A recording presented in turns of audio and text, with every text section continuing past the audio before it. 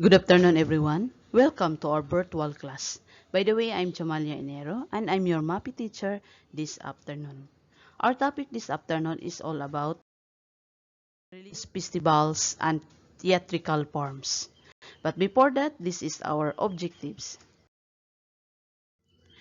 Objectives enumerates selected festivals and theatrical forms celebrated all over the country through the year.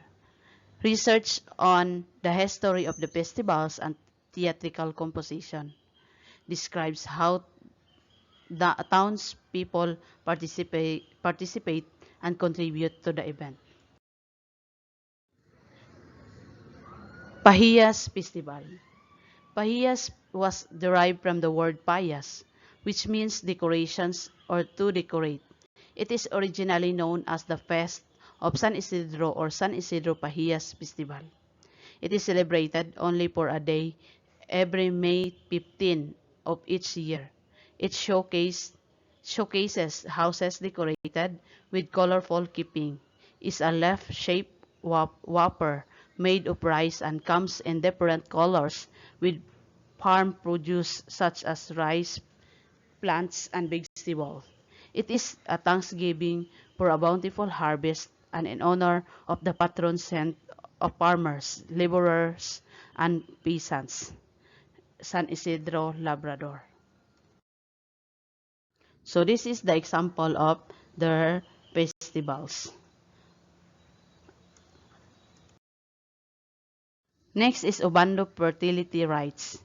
It is celebrated every May 17, 18, and 19 at the town of Obando, Bulacan, to honor the three patrons, namely San Pascual de Bailon, Santa Clara, and Nuestra Señora de Salambao.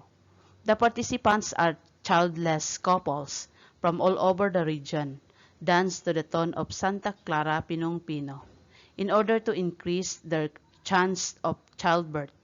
The town folks dress in traditional costumes.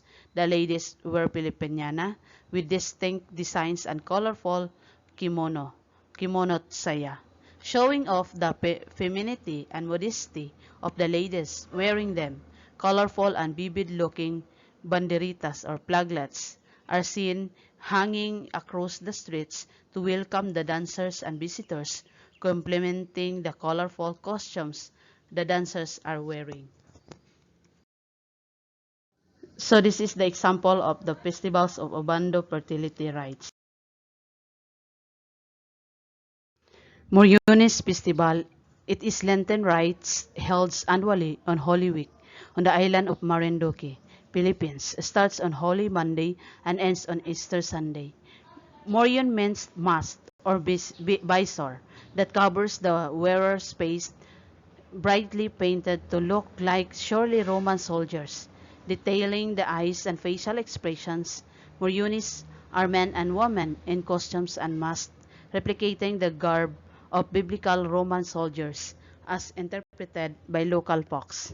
The participants use Morion masks to depict the Roman soldiers and Syrian mercenaries within the story of the Passions of the Christ.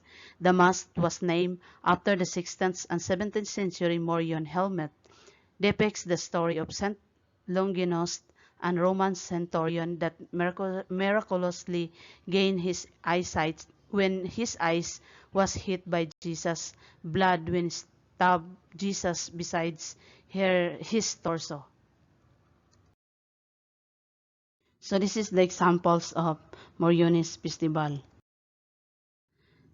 Next is Atitihan Pistibal. Atitihan is a festival in honor of the Santo Niño and is celebrated by rejoicing and energetic merriment on the streets.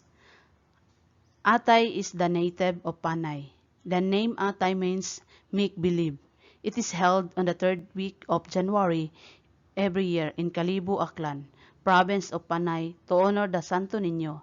It is famous for being the wildest among the Filipino fiestas because of its energetic merriment on the streets that runs for several days throughout the festival.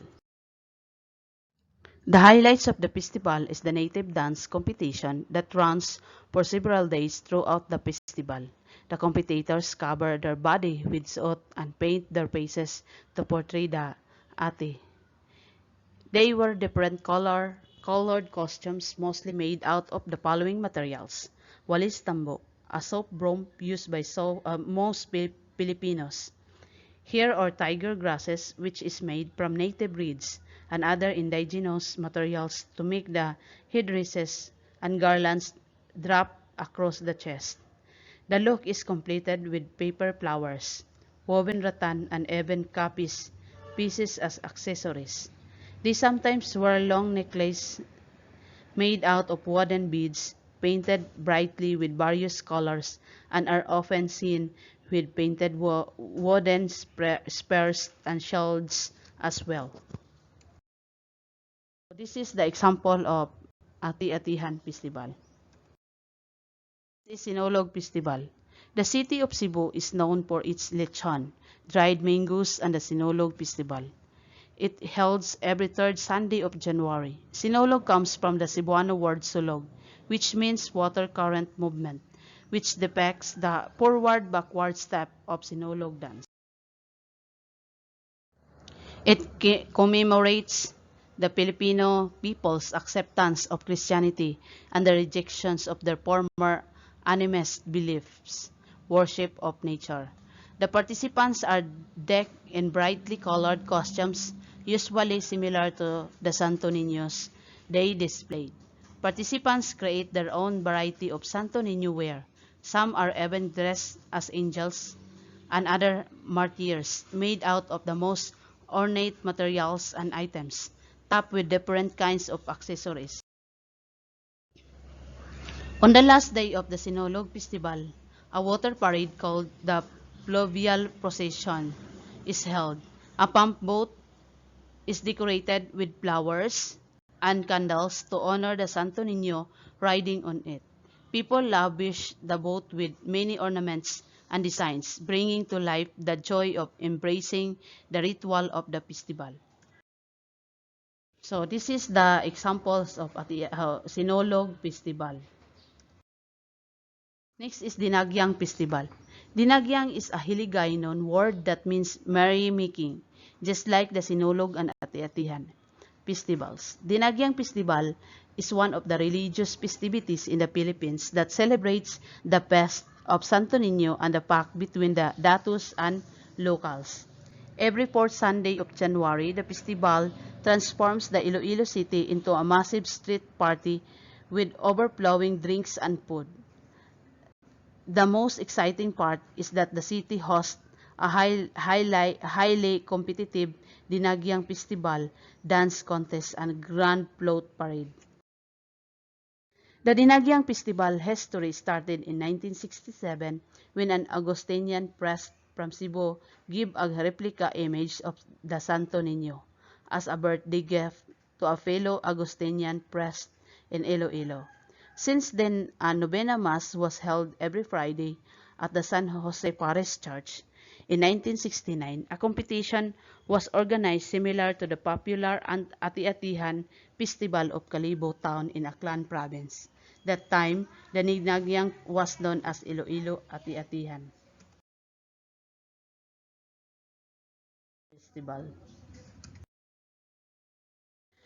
The biggest celebration during May is Santa Cruzan or Flores de Mayo, flowers in May. Flores de Mayo, or Spanish for Flowers of May, is a festival held in the Philippines in the month of May.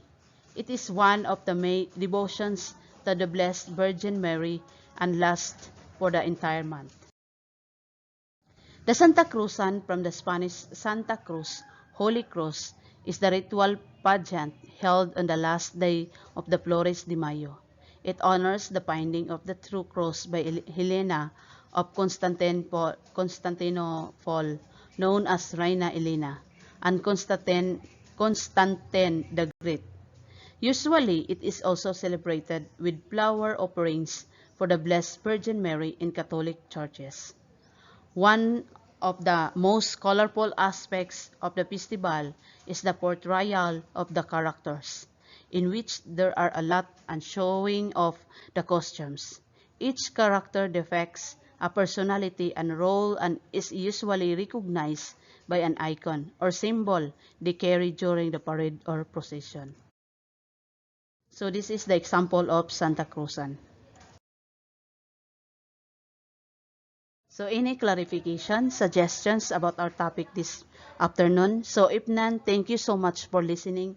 And don't forget to subscribe our YouTube channel at www.gaitf.com. And don't forget to open your LCMS and mabuhay.